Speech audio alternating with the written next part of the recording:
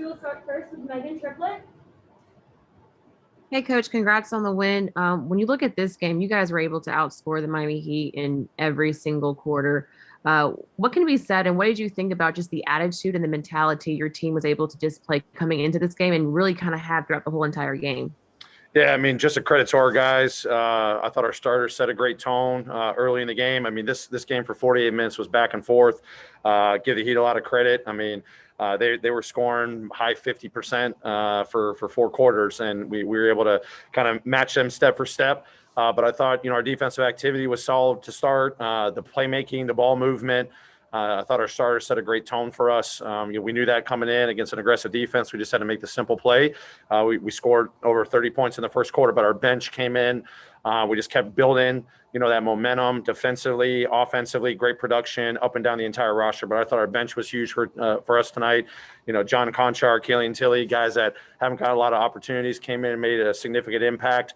It was huge, but I think our guys just knew the challenge at hand. It was going to be tough. We were going to have to match the Heat, with our defensive activity.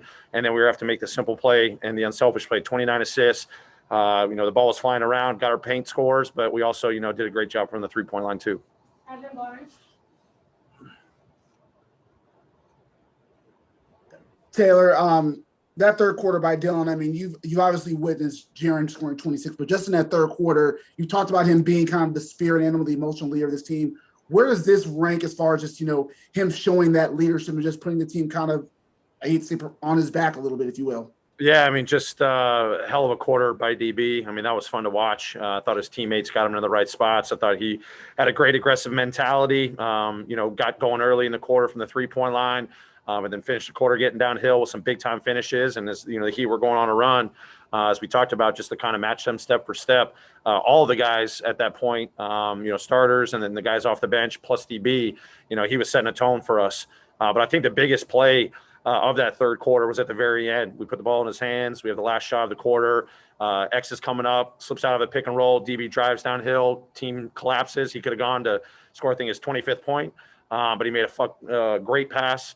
Fired it over there to Tyus. Tyus knocks down a 3. That's just huge right there. He understood the situation. Situations early in the quarter were allowing him to go be aggressive to score. Then he finishes it off with a heck of an unselfish play. Drew Hill. Taylor, I know it happened late in the game, but is there anything you can tell us about what happened with Ja there? Yeah, he just felt a little tightness at the end on one step, and he just wanted to say, "I'm just gonna, just be cautious here." But we'll see how he wakes up tomorrow. But nothing concerning. He felt a lot better after the game. Mike Sadie. Taylor, what does it mean about this team? It seems to be a broken record, but even though you guys get shorthanded, a lot of guys being out, to go against one of the elite teams in the East in the NBA, and to just have that mentality where next man up, you talk about it a lot, but to do it at this level against such a good team on the road. Yeah, I mean, this is a great challenge. Going on the road's always hard. Going against elite ball clubs, But for us, what I love about our group is they just embrace the focus of us. Every single day I talk about it all the time. I'm definitely a broken record, to use your line.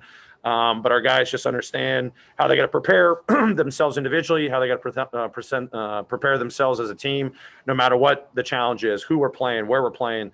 Our guys just relish the opportunity to compete, and that it's as simple as that. So proud of, as I said earlier, John and Killian, guys stepping into the rotation as other guys are out. We face this throughout the season. It happens in an NBA year, but especially in this season, we faced it. But I'm just proud of the guys just to embrace what can we do as a team to get better every single day. What's the task at hand? Let's go out there, do to the best of our abilities. What's my role individually as a team? What do we got to focus on? And then they just embrace that. And then, we'll enjoy this one, but we got another tough one tomorrow on the road. We'll turn the page and focus on how can we get better against the next opponent tomorrow. Terry Davis. Hey, Coach, Miami came out on a 66% clip in the first quarter. What defensive adjustment you got to stop them for the next 3 quarters? I mean, honestly, it was just weathering the storm. We talked about it at halftime. Our transition defense was pretty poor in the first half. I think they only scored 4 fast break points in the second half. That was big for us. We let them have a couple of easy ones. we talked a couple things in our pick and roll, how we had to impact the ball a little bit more, keep them in front, a little bit better. I thought our rotations were a whole lot better in the second half. They were pretty solid in the first half, but as you said, they were scoring at a high rate. They scored at a high rate, for the 4 quarters anyway. But I thought we just did enough. There weren't any major adjustments. I thought our impact on the ball, our rotations were better. Our contesting rate was a lot better in the second half, and that's just a credit to our guys, just finding ways to get better one quarter to the next, and especially coming out of halftime, really focusing on the simple, minor areas of focus. And then I thought we just did a heck of a job just to switch gears to offensively, understand how the recipe didn't change. We were moving the ball great in the first half. We just had to keep doing it even more and better in the second half, and I thought our guys did a heck of a job. Sean Pullman. Coach, talk about 48 minutes, the ability to get those 3 stops in a row, the ability, really readiness and willingness to shoot the 3. Was tonight a glimpse of the next evolutionary step of the Memphis Grizzlies? Not to be too grandiose, but just your next step that you feel that this team is capable of doing consistently. Yeah, we just focus on the daily, improvement of our guys. We've been talking about these consecutive stops per your question and comments. I think our guys did a great job of that. And sometimes in a game like tonight, the Heat, it was hard to get, consecutive stops in a row. They were making some plays, but we didn't hang our hat. We just got out and played unselfish basketball on the offensive end and took an opportunity the next time down on the defensive end to try to get a stop. But then, the 3-point line, yep, it's definitely something that we've been, emphasizing a lot more. I think our guys, just as I say, we're always trying to find ways to get better defensively. We're trying to find ways to get better offensively. Offense has been the area that, we recognize we can make a whole lot, better strides. The 3-point line being one of them, but our pace can be one of them too. So I thought our pace was, a little bit better tonight, hard against a team that, doesn't play at a really, really high pace. But, the readiness and willingness to shoot the 3, I've said that multiple times over the last couple of games. Our guys just understanding how we diversify our offense. We're capable.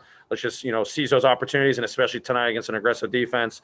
Thought the ball was moving. We had tons of guys with multiple assists, tons of guys with multiple 3-point attempts and 3-point makes. That's huge, just as I say, to continue to elevate our offense.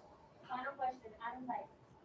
Hey, Coach, kind of building off that focus on playmaking, Ja seemed to recognize tonight that it was just one of those games where he didn't need to shoot the ball all that much for the team's offense to function well. Only 8 attempts from him, but you guys won every quarter. Just from a coach's perspective, how special is it to get to work with a player to lead your offense with that level of unselfishness? He's just got a great ability to trust his teammates. Some nights it's going to be a different story. He's going to have to, be the engine to go score a little bit more because they're going to be taking away, the 3-point line. The paint's going to be wide open. But he's also the engine in a night like tonight. I thought, he picked his spots to be aggressive, to try to attack and get some scoring opportunities, but they collapsed big time. He made some heck of a plays early in pick and rolls on his drives, and that just sets a tone for the entire team. If he's embracing that mentality, understanding what the defense is doing and how we can try to pick it apart, the rest of his teammates understand that too. And that's just something we hold all of our guys to every single night. The game plan is everyone's got an opportunity to make a play, be a decision maker. Our point guards obviously get the first crack at it a lot of times. And then when he came in with that mentality, it just kind of went from there. The rest of the group was phenomenal. Hard to beat an aggressive defense like this, but I thought we executed brilliantly and made the plays that we needed to win a ball game. Thank you, Coach. Great. Thank you.